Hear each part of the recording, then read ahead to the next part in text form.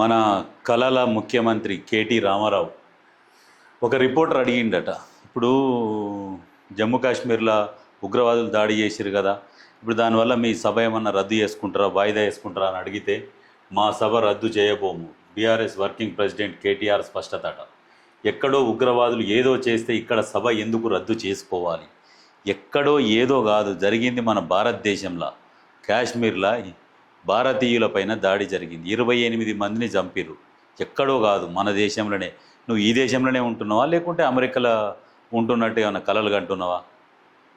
సిగ్గుండాలి ఆ మాట మాట్లాడుతుంది కన్నా. 28 మంది ప్రాణాలు చనిపోయారు. భర్తలను చంపి అక్కడ భార్యలను కూర్చోబెట్టారు. శవాల మీద పిల్లలు కూర్చొని ఏడుస్తున్నారు. అక్కడ తండ్రి శవం మీద ఆ పాప కూర్చొని ఏడుస్తున్నది. కొంచెం కూడా కనికరం లేదు నీకు. ఇంతకుముందు కూడా చనిపోయిన వాళ్ళం కూడా ఏదో మా కోసం కన్నావా, మా కోసం చనిపోయిందా అని మాట్లాడినావు. నీకు ఎందుకుంటుంది కనికరం? తన దగ్గరికి వస్తే నొప్పి తెలుస్తుంది ఎవరికైనా.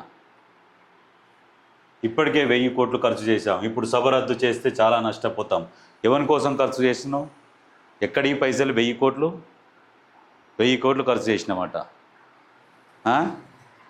తెలంగాణ ప్రజల సొమ్మేగా సంపాదించుకుంది మూట. రజతోత్సవ సభ విజయవంతం చేయాలని కొన్ని నెలలుగా కష్టపడుతూ వస్తున్నాం. ఏదో తెలంగాణని ఉద్ధరిస్తున్నట్టుగా కొన్ని నెలలుగా కష్టపడుతున్నావట. ఏమిటికే నీ సభ వల్ల తెలంగాణ ప్రజలకు ఏం ఉపయోగం? అది పెట్టి ఏం చేస్తావు? నువ్వు సిల్వర్ జూబ్లీ చేసుకోవడం వల్ల తెలంగాణ ప్రజలకు ఏం ఉపయోగం?